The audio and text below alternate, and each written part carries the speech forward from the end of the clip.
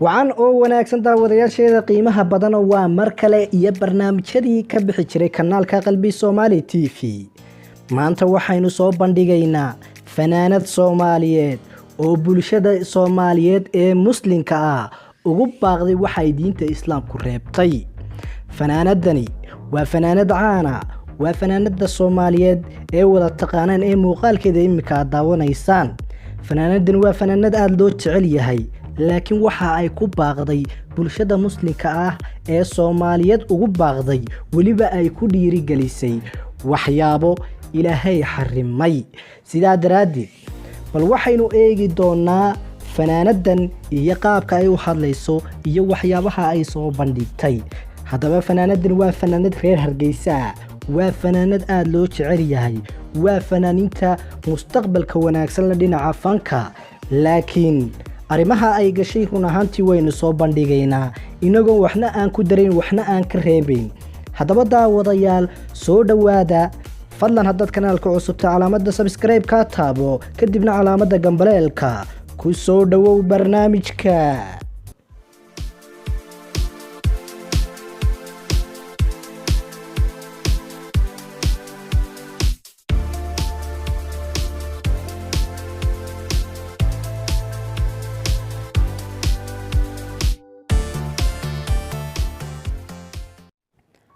daawadayaasha sharafta badan oo soo dhawaada ku soo dhawaada kanaalka qalbi Soomaali TV. inta kadib baryahan waqtigu waa isbedelay, run ahaantii waayaha adduunkuna waa isbedelay. sidaas oo tahayna waxaad arkaysaa fanaan shaqadiisii ka tagay, fanaan dadka waxyaabo wixii ay ka barteen waxaan ahayn ugu yeedhaya. sidoo kalena waxaad arkaysaa fanaan aan xil iska saarayn waxyaabaha uu odhanayo. haddaba taasi waxa inagu dhalinaysaa inaynu saxno fanaanka haddii uu khaldan yahay iyo waliba inaynu u sheegno shaqadiisu waxa ay tahay. run ahaantii fanaan kasta shaqadiisu waxa weeye inuu dadka madadaaliyo, sida lagu yaqaanay fanaanintii hore Soomaaliyeed. waa bari ha haadaan, fanaanintii waa bari sida lagu yaqaanay dadka lama hadli jirin, laakiin waxay sameey jireen oo kaliya way madadaali jireen, arrimahooda kale noloshana way wada jireen. laakiin waqtigan waxaad moodaa fanaaniinta imika jira, gaar ahaan fanaaniinta oo dhan odhan kara min fanaaniinta qaarkood inay iskaga qasmeen waxyaabaha ay iyagu odhanayaan social media kusoo qorayaan iyo waxyaabaha kale ee ee fankooda ah. fanku waxa weeye sidiisaba in dadka la madadaaliyo, isla markaana dadku ku arkaan qof sharaf badan, qof dhammaystiran. ilaahay baa qof dhammaystiran abuura, rag iyo dumarba, laakiin ay dadku ku arkaan qof ay ku daydaan. waa taqaanaan fanaaniin Soomaaliyeed waxaa jiri jiray barigii waqtigii hore ee Soomaaliya iyo Somaliland ay mid ka ahaayeen, isla markaana ay kala aysan kala sheegin laba magac, isla markaana aysan kala ahayn laba dawladood. fanaaniintaas waxaa kamid ahaa fanaaniinta qaar intay ka yimaadaan koonfur waqooyiga aad looga xiisay jiray. fanaaniintaas oo ahaa fanaaniinta marka ay hadlayaan ama stage-ka soo istaagaan ama bulshada soo hor yimaadaan qiimo weyn iyo magac weyn agtooda bulshada ku lahaa. sidaas oo tahay daawadayaal, waxa kale oo aynu ka hadli karnaa isla markaana soo qaadan doonaa waayahan iyo waxyaabaha jira. waxyaabaha jira aad arki doonto waxaa kamid ah fanaan shaqadiisii ka tagay oo shaqo kala haya. waynu ka hadli doonaa, waynu soo bandhigi doonaa. iyo waliba sheekh sheekh odhamayno sheekh isku sheeg, nin sheekh sheeganaya laakiin aan ahayn sheekh. waad aragteen qaar culimo sheeganaya ama sheekh sheeganaya, dadku sheekh bay moodaan oo dadka u baneeya musiga u xalaaleeya oo yidhaahdo musigu waa xalaal, yidhaahdo waad aragteen diinteenuna waxay ka qabta dhammaanteen waynu garanaynaa, qof kastoo caqli lehna wuu garanayaa. haddaba sheekh beenaalaha iyo fanaan shaqadiisii ka tegay labadaba waad arkaysaa. sidaas oo tahay daawadayaal, waxaynu kaloo soo bandhigaynaa fanaanadan loo yaqaano Najma Nashaad. waa fanaanad reer Hargeysa, waa fanaanada maanta aynu ka hadlayno, waa fanaanad aad loo jecel yahay, waa fanaaniinta superstarka, waa fanaaniinta magaalada Hargeysa maanta la odhan karo iyo geyiga Soomaaliyeed oo dhan waa fanaaniinta mustaqbalka leh ayaynu odhan karnaa, waayo waa fanaaniin iyadoo da'yar bay soo gashay fanka, isla markaana waxay rajeynaysaa in maaragtay qaybaha dambe ee nolosheeda ay ku dhammaysato qurux iyo weliba iyadoo ah superstar macnaheedu waxa weeye fanaan heer saraa weeyaan. haddaba fankeena inagu waynu jecelnahay haddaynu Soomaali nahay. fanku waxa weeye haddii aynan fanaaniinteena taageerin, isla markaana aynan taageero u muujin, isla markaana aynan saxin, ogow waxaynu noqon doonaa dad dhegeysta fanaaniinta kale sida fanaaniinta Etoobiyaanka, fanaaniinta Turkiga, fanaaniinta Hindida. marka ma jeclin inagu inaynu fankeena hoos u dhigno, laakiin fankeena wixii ka khaldan mar walba waynu sheegaynaa, wixii ay ka horumarsan yihiin dawaabaynu sheegnay. iminka waad maqlaysay baan u malaynayaan lahaa waa fanaanad superstar, marka amaniga maaha, waa fanaanad heesaha qaado. heesii ugu dambeeyay welibana waxaa ka mid ah sow macaanka noloshuba joogaaga maaha, sow niyadayda maad gelin qalbigayga maatanan. daawadayaal waad garanaysaan heesta, waa hees soo baxday dabayaaqadii sanadkii tagay, waa hees caan noqotay, ku dhawaad 700,000 oo qof baa ka daawaday barta YouTube-ka ay ku leedahay studio-ga Waqal. sidoo kalena heestaas waxaa la soo dhigay oo internet-ka la soo geliyay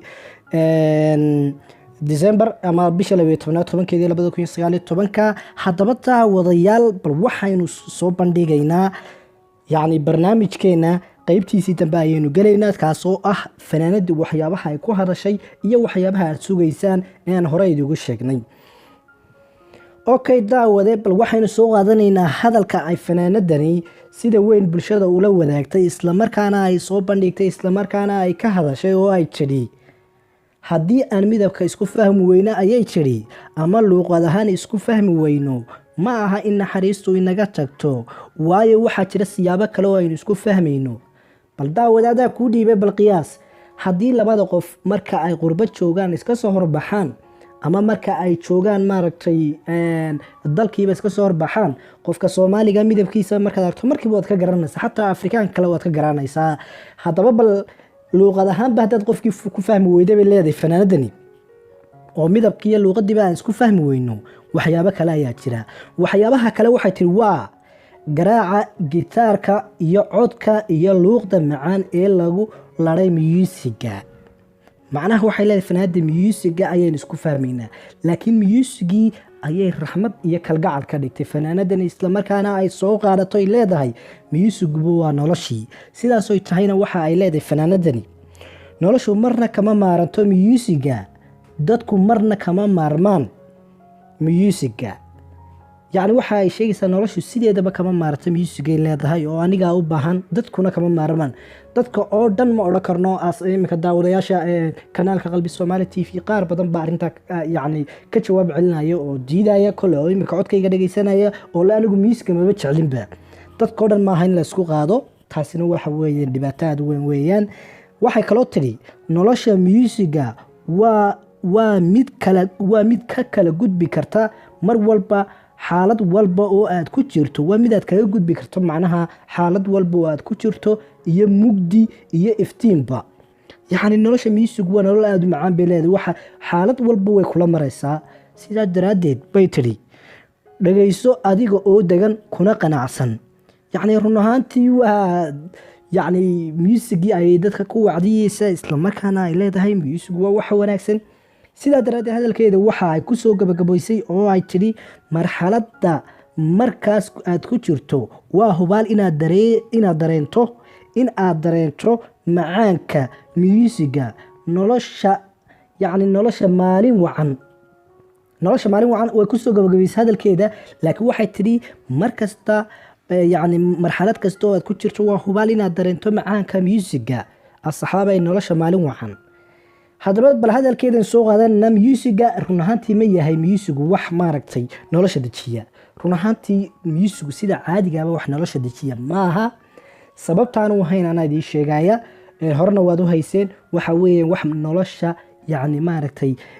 motivational ku sameeya, yara dhiirigeliya, laakiin sida caadiga ah noloshaada waxa uu ka dhigayaa nolol madow buu ka dhigayaa musigu. haddaba fanaanadani waxa ay ku dooday inay musigu yahay wax nafteeda yacni marka koobaad yacni bini aadamku isku fahmaan hadday yihiin cadaan iyo hadday madow yihiin iyo hadday indho yar yihiin iyo indho waaweyn hadday yihiin. haddaba fanaanadan waxa ay ku doodaysaa hadalkeena aynu soo koobno. fanaanadan waxa ay ku doodaysaa garaaca gitaarka iyo codka iyo luuqda macaan ee lagu laray miyuusiga ayaanay noloshu marna ka maarmin, dadkuna kama maarmaan bay tiri.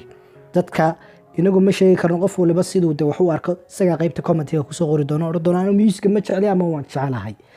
okay, waxay kaloo tiri nolosha musiga waa mid kaala gudbi karta xaalad walba oo aad mugdi ku jirto, sidaa daraaddeed ama iftiinba, sidaa daraaddeed waxay leedahay qofka musiga ku dhex sugan waa qof habiya, xaalad walbana yacni waa uu la qaadanaya. sidoo kale waxa ay tidhi dhegeyso adiga oo degan oo ku qanacsan, yacni khushuucsan marka la leeyahay qur-aanka adigoo waxaa la yidhahdaa qur-aanka adigoo khushuucsan akhri. haddaba musiga miyaa lagu khushuucaa? taasina waa su-aal isweydiin mudan. haddaba fanaaniinta mar walba waxaanu jecelnahay wixii ka khaldan iyo wixii maaragtay bulshada ay u soo bandhigaan inaan idila wadaagno. sidaa daraaddeed calaamada subscribe-ka kanaalka taabo, calaamada like-ta kaabo, share garee muuqaalkan. waa anigoo ah qalbi Soomaali TV. waa idin salaamaya dhammaantiin meel kasta hadduu ka joogtaan.